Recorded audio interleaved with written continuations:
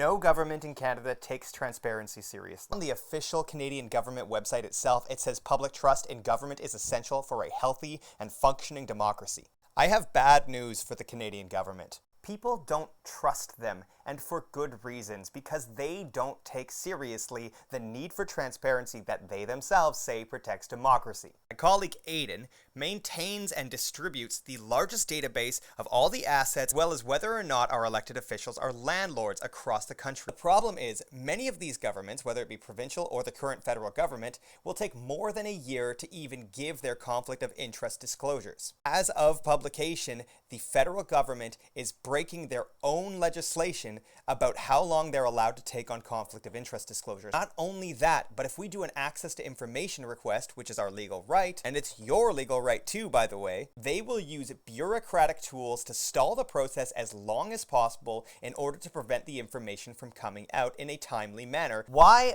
are there incentives to become rich by being elected? Why is that not decentivized? How can someone like Poilievre walk in as an MP as a lower to middle class citizen and walk out now as one of the top 1%? How come Mark Carney gets to choose where he gives his blind trust to so that he can just call up the person and ask how the trust is doing anytime he wants while he's in office? The editor-in-chief of The Independent just came out with a story about the fact that several MHA in the House of Assembly in Newfoundland, Labrador haven't filled their conflict of interest disclosures in a year or two. What's even more nonsensical about this whole situation is that the ethics commissioner is claiming that one person didn't fill it out and then changed her mind later and said, oh, I'm not sure, maybe she did. And then the MHA responded by saying, I handed it to her in her office, face to face. Anne Chafe is an extremely unreliable source. She recently got upset with Mr. Brake about the fact that in one of my articles that I published with him, I clarified that she did not want to give me the information of where the elected officials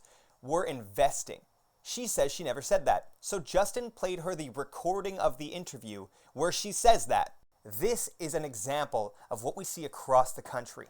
Why are there incentives to be elected as a politician in order to become wealthy? And why can these people do insider trading essentially legally because the only one to enforce it is them themselves? I work a lot to expose corruption within the media and within government institutions. Where is the candidate who wants to run to end this sort of corruption within the government?